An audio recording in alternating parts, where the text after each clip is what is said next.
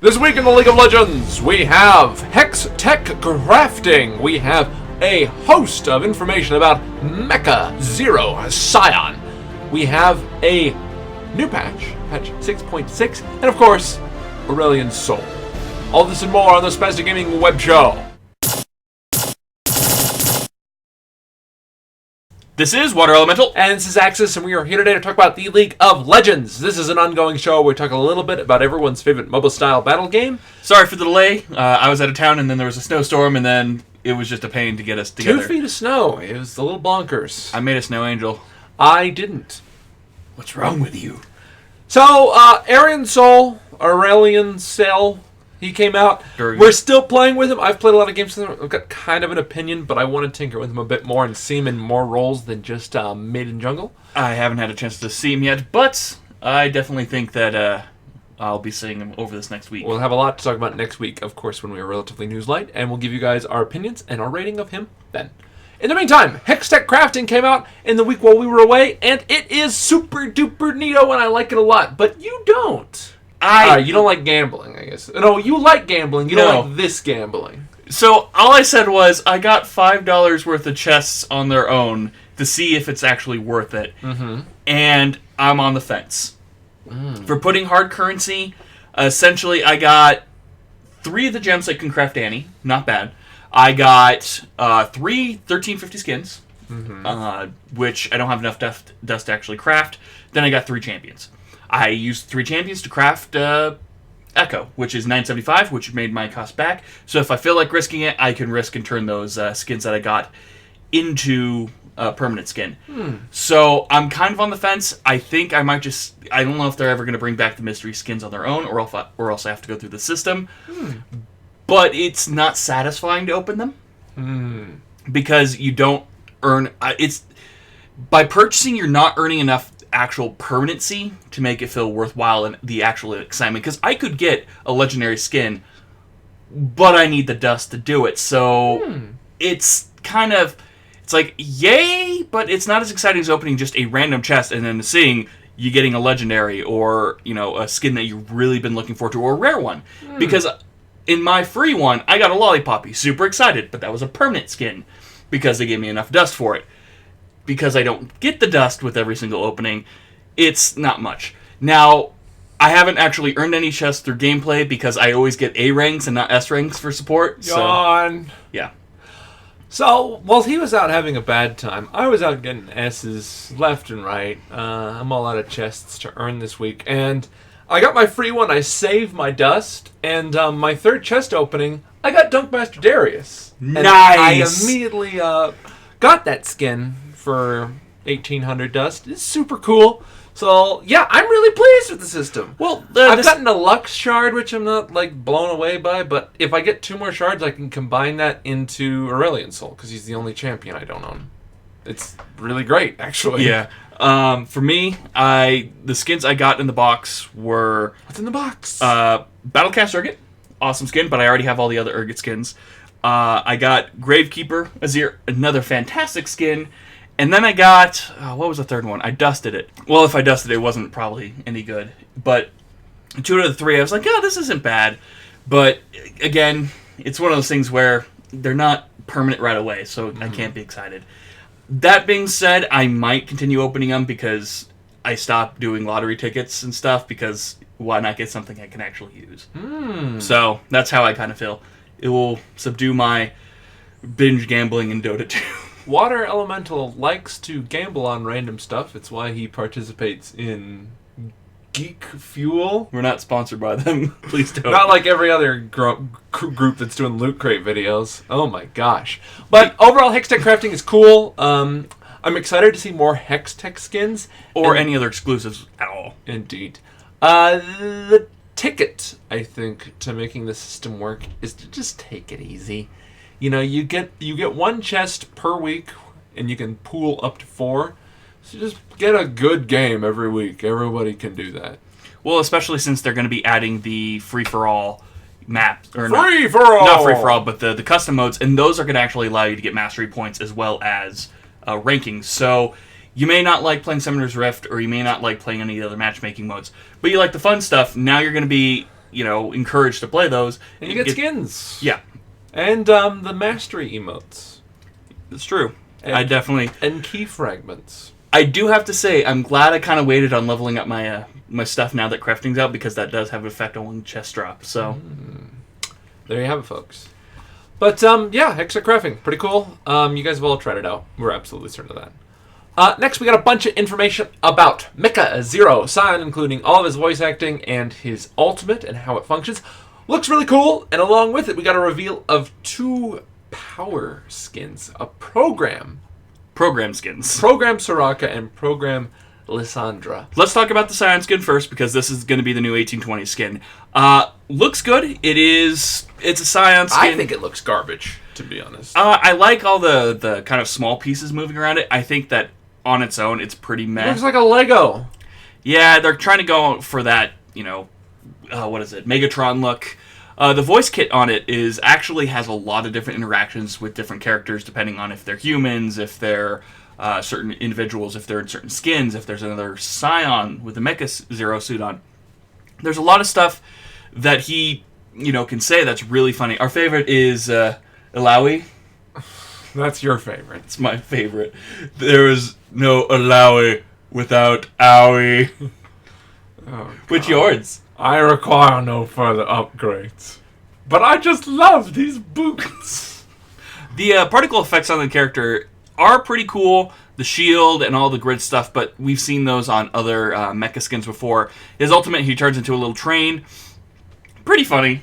Doom Train. But I don't think it's as good as Blitzcrank, just every time he speeds up. That skin needs an update. I love that skin, but it doesn't compare to Arcane. No.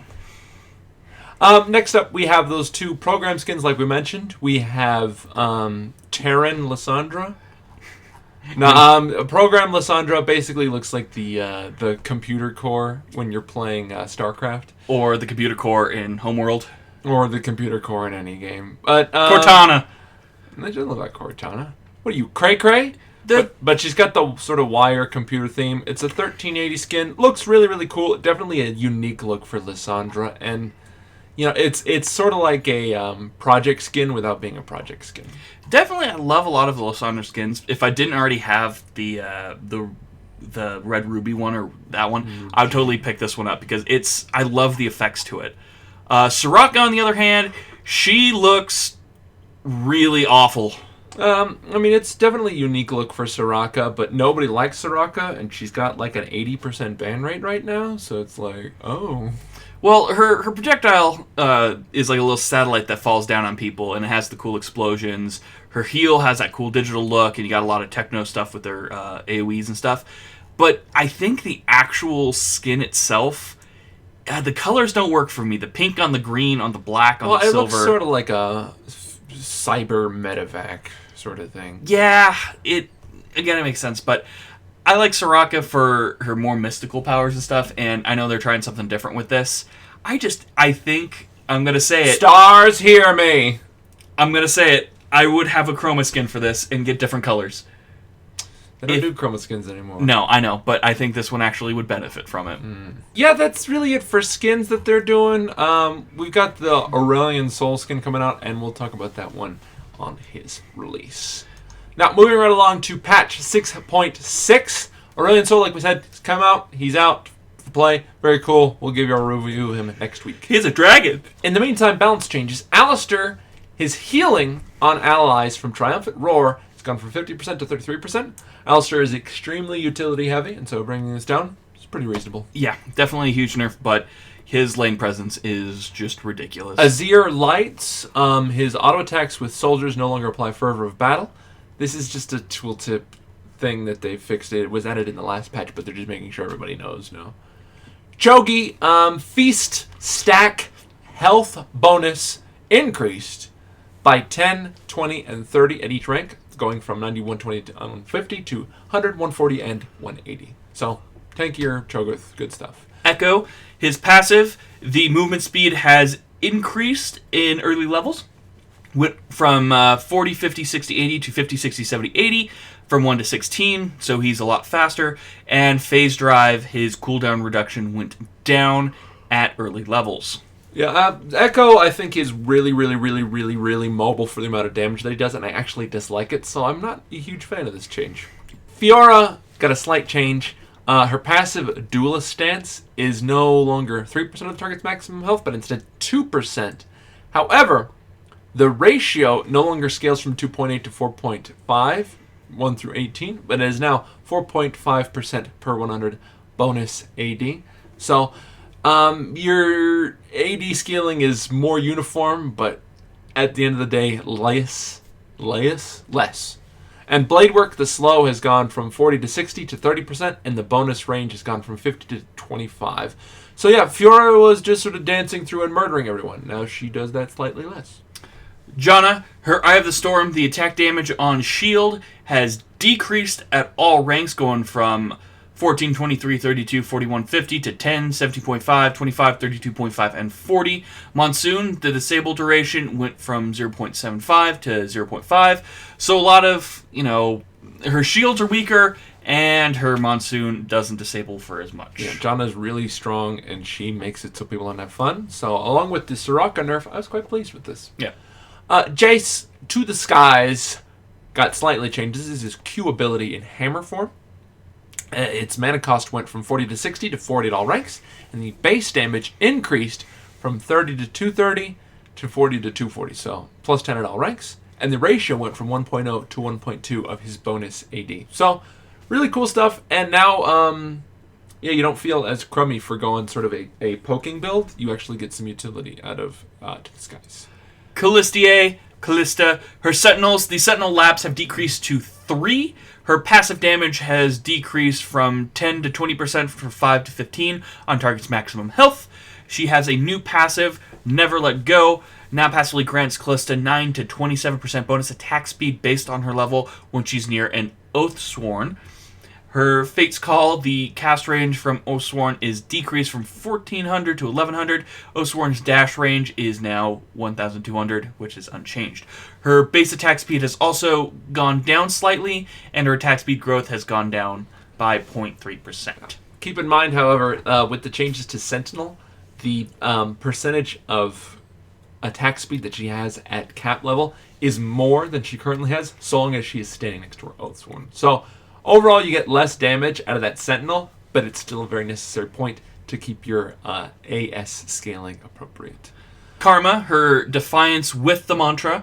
The shield amount has increased at later levels, going from 31 to 10 to 30 to 40, and the AP ratio has increased by half, so now it is 0.6 ability power, which is super awesome. It's, again, kind of buffing those characters that we really don't see that often. Well, I had to fight a Karma top recently. It's such a nightmare as Garen. Garen has so many counter picks now, it's actually a little disorienting. But is a Juggernaut. Yeah. Well, late game it counts. Kha'Zix, the cooldown on Taste Their Fear and Void Spikes are both down. Taste Their Fear down to 3 from 3.5, and Void Spikes down from 10 to 9. More love for Assassins, hard to argue with. Lulu, her W ability, Whimsy, has had its ratio decreased from 10% per 100 to 5% per 100, and the movement speed duration has gone from 3 to 5 to 3 to 4. Lux got changed a little bit. This is kind of following the change to Lux from last patch, where the delay on her barrier throw was slightly longer, where it would go out really fast and then come back kind of slow. It still does that. However, instead of getting a new shield on forward and back, instead the shield stacks, which is crazy. And the duration also refreshes, in case you were wondering. The missile speed is the same. The acceleration is a little bit different. However, the shield ratio got changed quite a lot, actually. So it went from 80 to 180 on both passes to 50 to 110 on the first and second pass. And the ratio went from 0.35 to 0.2. Overall, this is a really, really big buff to Lux, and it's going to mean she's an even stronger support and a really potentially great counter to characters like Zed. Yes.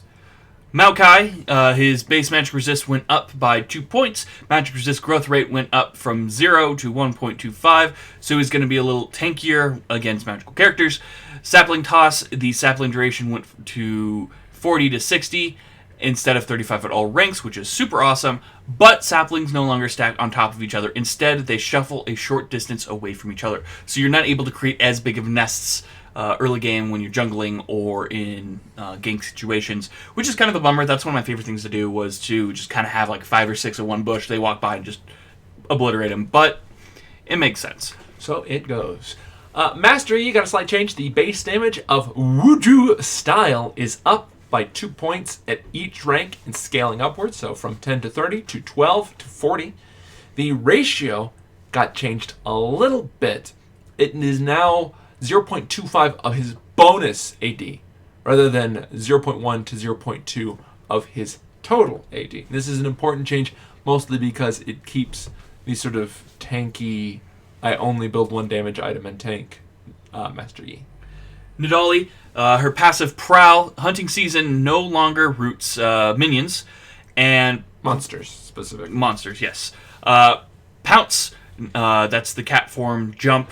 It no longer resists Nidalee's basic attack damage, and the base damage has increased in early levels from 50 to 200 to 65 to 200. This is an important thing to remember, especially with attack speed slow characters like Malphite. Resetting your attack timer with Pounce was actually a really, really lethal setup that you could do, especially if you were running a Thunderlord setup or a Lich Bane setup. Oriana, the mana cost of her Q is down from 50 at all ranks to 30 to 50, scaling upward.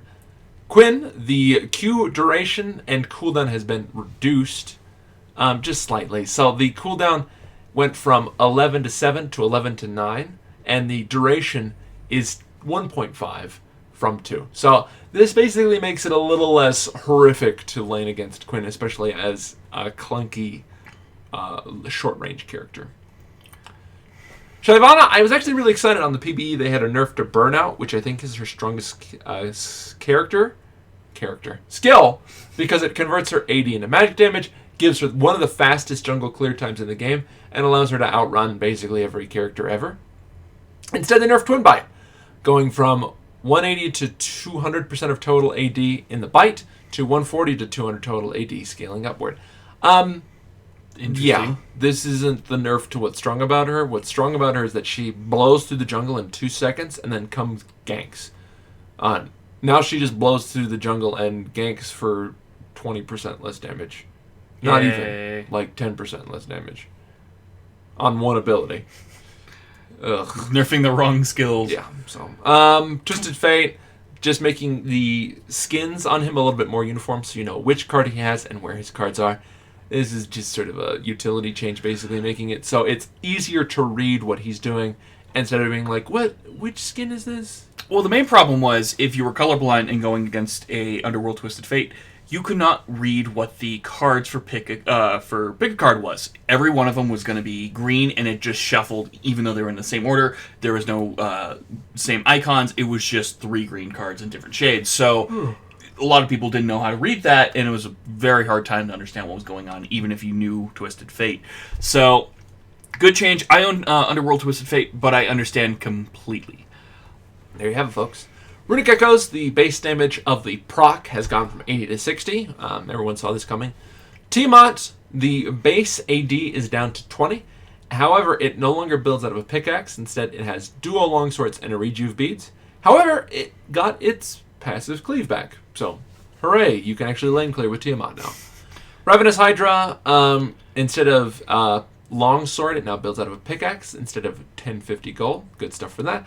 Titanic Hydra, attack damage down to 35 from 50. Titanic Hydra was bonkers. Everybody knew this was coming. Zerat's Portal, another item.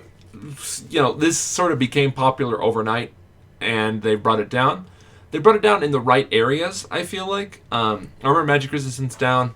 The Void Gate health now being 5 attacks instead of just random weird health, because that was just such a pain to deal with. The basic attacks basically work similar to a Pink Ward, where it always takes 5 attacks. However, it will regenerate those ticks if it's left out of combat for a certain amount of time. So overall, I think this makes Zerat's Portal a lot easier not only to read, but to counter. And it's also less strong of an item, so that's good. It also has a mini-map icon, so if you're passing by it, you can actually see it. Well, So, people are leaving them in bushes anyway. well, but if you're walking by and you're not noticing it, you'll see this giant purple thing like, hey, I'm here. A purple butt. And other than that, major things on the PvEs, they're talking about a better system to invite players into clubs, because right now you have to be on their friends list to be invited. I've learned the hard way. Didn't know that was going to be a thing off the bat, so... It sounds like you're wanting to network got clubbed. If you still like to join SG Elite, you can find the information down below in the comment section. You have to add me as your friend and let me know when I'm online that you would like to join the club. I'll try to be on at least once or twice a week. Bugs. Bugs. Drugs. And that's really it for official news this week, guys. Like we said, we're going to go over Aurelian Sol when we have a little bit more practice with him. And yeah, we'll have April Fool's stuff to talk about too, even more. Every year we go over our favorite April Fool's jokes throughout the internet. Jokes. Drugs. Jokes. Our first question comes from the dude, and he asks, what movies are you looking forward to this summer? Oh, God. None. I guess I'm going to go see Civil War with my family. That's coming out this summer, right? Yeah. Yeah. Civil War is probably the only one I'm looking forward to. Everything else is... everybody's asking me if I'm going to go see Superman versus Batman, and... Yeah, you're going to go see Superman versus Batman? It's coming out this summer, right? It's coming out next week, but it's still kind of close to the summer blockbuster. Oh. Yeah, there's nothing good coming out. Like, there's nothing I'm really excited for. The last movie I literally saw in theaters was the original Mortal Kombat. Yeah. Raiden was creepy and a rapist in that movie. I like Captain America. He's got the best superpower there is. Americanism. Patriotism. It's the best. Yeah, unfortunately, there's nothing we're really looking forward to. Yeah, I'm not a movie guy. I am, and I go see Star Wars movies, and don't make Star Trek movies anymore. Not ones that I like. Oh, that's coming out this summer, but it's gonna be awful. Yeah, probably. Because it's not even by Abrams, so it's... No, I don't like Abrams. I might actually go see it now. Thanks for convincing me, Water Elemental 33. You're welcome, Axis 48. If you have questions for us about the show, about Spastic Gaming, about what we do, about what we're up to, about how we escaped the terrible blizzard on the countryside, please post them in the comment section below. We try to answer, as many as we have time for on a given show. But yeah, just ask away. I mean, we're pretty open, guys, and we just love to talk to the fans. So, yeah, send it in the comment section below. Send it to your email at spasticgaming@gmail.com, or post it on the Facebook, Twitter, or website, all of which are linked in the information down below. We have a Patreon, patreon.com/spasticgaming. You can donate to that, get access to exclusive content, bonus sorts of deals, and you can even get in contact with us and just sort of give us some feedback. You might even play some games of League with the new club system, which you should talk to us about because it's the information. This has been Axis. And Water Elemental. We're good at chilling our own products. Rate, comment, subscribe. I like Black Desert Online. What's with you and saying things we don't have sponsors for? Gamer Fuel. Geek Fuel. Powerade.